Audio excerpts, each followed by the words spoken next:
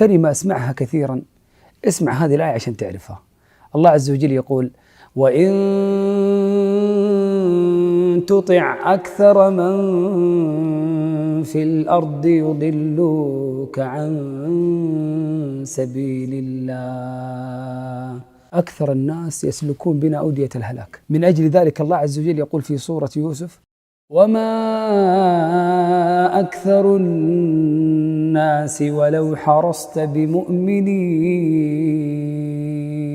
وهذا هو الواقع. أكثر أهل الأرض اليوم على غير الإسلام، فالأرض يسكنها اليوم أكثر من 7 مليار، أكثر من 80% منهم غير مسلمين. ولذلك أخبرنا النبي صلى الله عليه وسلم أن نسبة المسلمين إلى الكفار يوم القيامة كالشعرة البيضاء في جلد الثور الأسود، لأن أكثر الناس يضلون عن سبيل الله. وهنا توجيه قرآني مهم يقتلع هذا الإشكال من جذوره، إنه كل واحد مسؤول عن نفسه، وأنه كل واحد منا سوف يقف أمام الله عز وجل لوحده.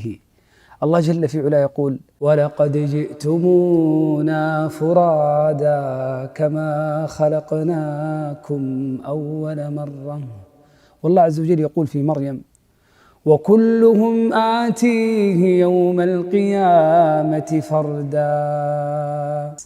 الله عز وجل يقول في الأحزاب: يوم تقلب وجوههم في النار يقولون يا ليتنا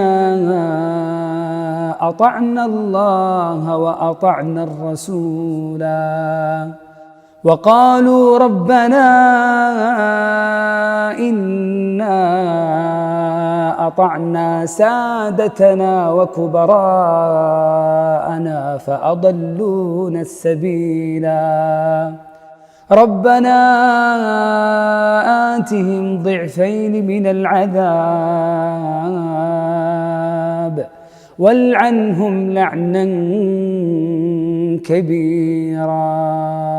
وهنا في بعد لازم ننتبه له، أن الكثرة اللي نراها اليوم لم تستجيب لأمر الله تراها زائفة، لأنها محصورة فقط في أعداد محدودة من الناس. أما هذا الكون العظيم من الذرة المتناهية في الصغر إلى أكبر المجرات، الكل خاضع لله ويسبح بحمده. وإن من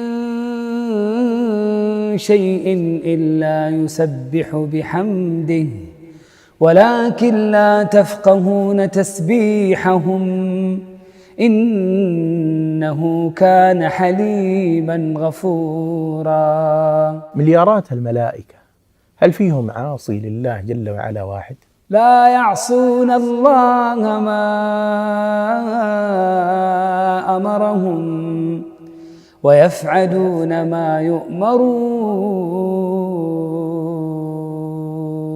آلاف الملايين من الحيوانات والجمادات تنادي كل مسلم: نحن مستسلمون لأمر الله مثلك، لست وحدك. كل ما نراه وما لا نراه من جبال ومحيطات وأفلاك ونجوم، الكل يسجد لله ولا يعصي لله أمرا. ألم تر أن الله يسجد له من في السماوات ومن في الأرض والشمس والقمر والنجوم والجبال والشجر والدواب وكثير من الناس وكثير حق عليه العذاب ومن يهن الله فما له من مكرم إن الله يفعل ما يشاء. فالمطيع لله يسير في هذا الموكب المهيب المستسلم لله وبين عينيه. قل لا يستوي الخبيث والطيب ولو أعجبك كثرة الخبيث. لا يستوي الإيمان والكفر ولا الطاعة ولا المعصية، لأن الطيب في الجنة والخبيث في النار. لكن هنا إشكال: ما الحل إذا ضعفت نفوسنا عند كثرة الخبيث؟ الحل تكملة الآية، كمل الآية. قل لا يستوي الخبيث والطيب ولو أعجبك كثرة الخبيث. اسمع الآن الحل. فاتقوا الله يا أولي الألباب لعلكم تفلحون. إذن الحل إن نشغل عقولنا، لأن العقل إذا تخلص من الهوى ونظر في العواقب والنتائج لن يختار الخبيث، بل سيختار الطريق الطيب، والله تعالى طيب لا يقبل إلا طيب. ولذلك المشكلة الحقيقية مو إنه أكثر الناس كذا، المشكلة إنه أهواءنا وشهواتنا أحيانا تغلبنا. من أجل ذلك تكرر في القرآن أنه لا يوجد إلا طريقين، إما استجابة إلى الهدى وإما إلى الضلال واتباع الهوى. قال الله عز وجل لنبيه عليه الصلاة والسلام: فإن لم يستجيبوا لك فاعلم أنما يتبعون أهواءهم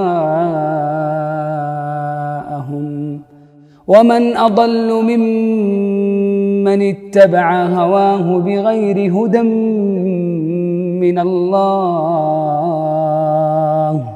إن الله لا يهدي القوم الظالمين.